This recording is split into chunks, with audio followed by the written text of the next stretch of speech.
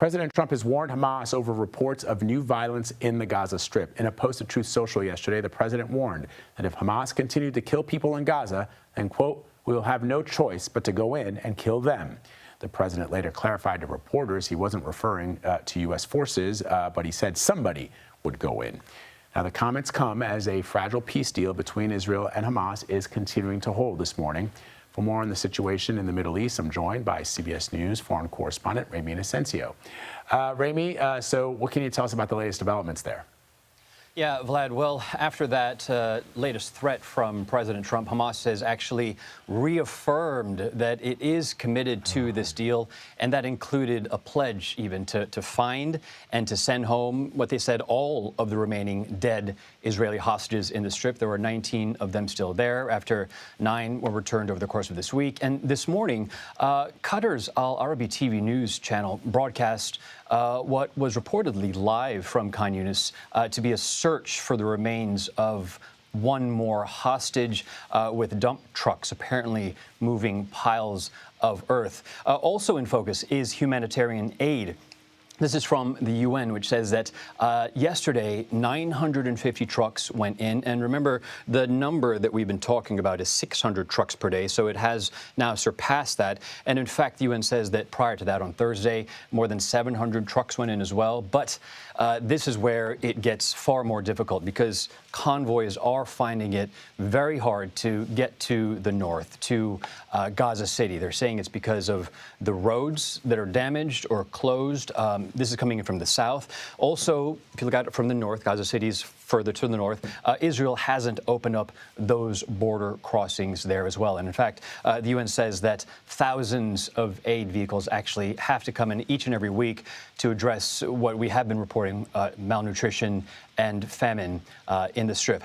And Hamas also is calling, in fact, on mediators to increase that flow of aid, also to open another crossing in Rafah with Egypt, along for Israeli troops to keep pulling back to a line that all sides have agreed on. But for now, this ceasefire, this fragile ceasefire, is holding.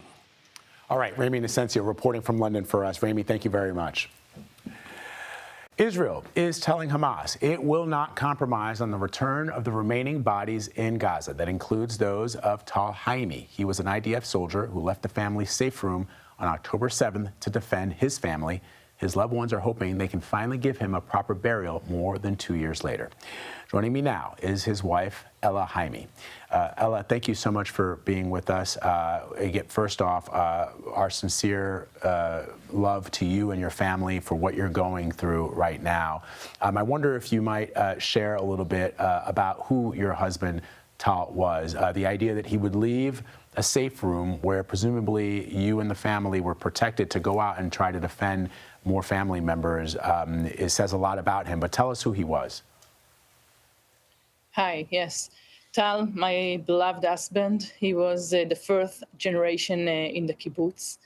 On October 7, we had 3 kids and another one I was in the beginning of my pregnancy. Tal was a person of missions. He was a mechanical engineering, and he had a mission that day to protect us, to protect me, the kids, his kibbutz. Tal was, like I said, a mechanical engineering, and he volunteered as the commander of the first response team. He thought he needs to protect us just for 20 minutes, but then it becomes hours. And he knew I'm alone, and he knew I'm pregnant, and after all of this, he went out to protect us, and this is why we need to bring him back. How are you coping with the latest news that the remaining hostages, the bodies of the remaining hostages, including your beloved, may be more difficult to find? The IDF told me it may be a little bit hard to find them, and I can wait as long as they will come back. But I think that Hamas killed him, buried him, and kidnapped him before he buried him. This is his responsibility to go and bring and dig and do whatever need to bring him back. If they need help, they can ask for help. But this is not my responsibility. It's not the Israeli responsibility. This is the first line in the deal. And if it's not completed, we cannot move to the second.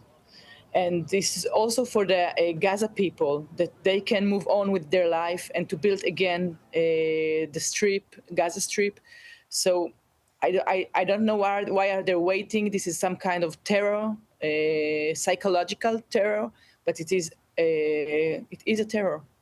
And what you're referencing is the peace proposal put forth by President Trump, which has as this first point in that 20-point proposal the return of all the hostages, including the remains of hostages. And so for you, there is no point 2 until point 1 is fully complete. And you and your children only returned to the home that you shared with Tal this past summer. Can you, I know it's incredibly difficult, but can you give us a sense of how you, and especially the children, are feeling being back in the home where just 2 years ago terrorists stormed across the kibbutz to take the lives of so many? Yeah, it's true. We came back 3 months ago. At the beginning, it was hard, but now it feels good. The kids waited to come back home, although we had terrorists and shooting outside. And we have one kid that he never been in this home, and everything is new for him because he's baby, and he was born 7 months later. And we love the kibbutz, and I think Tal and his friends died for us that we can live in this place. Finally, many religions have very solemn ceremonies that are related to bringing home deceased loved ones and burying them in a proper way. Can you just, for our viewers, explain what it means in Jewish tradition to have the remains of your family members, of the people that you loved, to find their final resting place? Yeah, I think that Tal deserved the honor to be buried in Kibbutz Nir Yitzchak and not to be in some tunnel in the Gaza Strip or I don't know where. And also, you have to understand that Tal's kids, have questions, and they have uncertainty, and they are not sure that he's dead because they say, if there is nobody, so maybe he's alive, maybe he will come alive, but it's not true. Tal is dead. And for the kids, it's very important to see the closure. That is incredibly heartbreaking. Ella Haimi, my prayer for you and my wish for you is that Tal and all the remaining hostages are returned. As you say, it is critical, not just for Israelis, but also for the Palestinians living in the Gaza Strip to finally find a path forward for them, one that is one with peace and the rebuilding of the Gaza Strip, and for you and the other Israeli families waiting for their loved ones to have closure, and especially those kids who I can completely see how young children, because of the innocence of youth, would believe that their father is still alive. And of course, he'll never die. He'll always be in your hearts and your minds. But I know it must be very difficult until that body is returned. Yeah, I just want to say that Tal was a simple person. We were a simple family. We believed in peace. We still believe.